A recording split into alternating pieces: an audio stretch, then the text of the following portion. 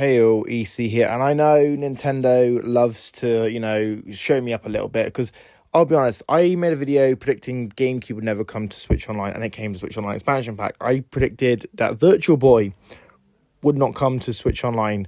It is now coming to Switch Online expansion pack. Now, it's coming out in February 2026, I believe it's February 17th, 2026, and they have confirmed that 14 games will obviously be coming to the service.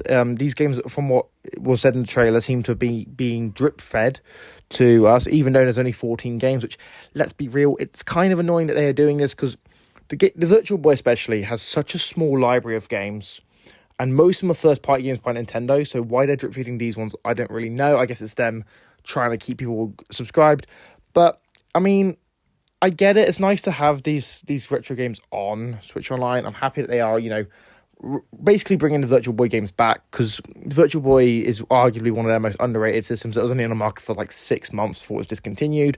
It is the last thing Gunpei Yokoi created for Nintendo before he left to go work at Bandai, and then obviously when he made the Wonders one for Bandai, he then passed away in a car accident. Well, they also are like releasing a stand. This stand, basically you put your Switch or Switch 2 console in, and you can basically use it as like a Virtual Boy, like it's the VR headset sort of thing they tried to design it as back in the day. And I'm kind of curious on that. I'm curious, like, how much that stand's going to cost. Like, is it going to be like 50 quid, 60 quid, 70, 80, 90, 100? Like, how high are they going to go with that price point? I know the systems I know the stands, from what they said in the trailer, is going to have like both Switch 1 and Switch 2 support. So there is that. That is a good positive to have. But obviously I want to know how expensive the stand is actually going to be to begin with. Now we also need to factor in the fact that one of the games that they've obviously confirmed coming to it is Mario Tennis. Now, Mario Tennis is the first Mario sports game, and that was obviously originally made for the Virtual Boy. It is obviously such a big deal that they're actually re-releasing this game, because let's be fair, this was the OG Mario sports title. This was the first Mario sports title that actually had Mario's name on it, had Mario as a character. I know people will argue, your Golf on the NES had like a Mario-looking character. Yeah, but that's not Mario. But really, like, I'm kind of excited to see what they're going to do with this. And I know people are going to comment on my old video going, you're wrong, you got this wrong.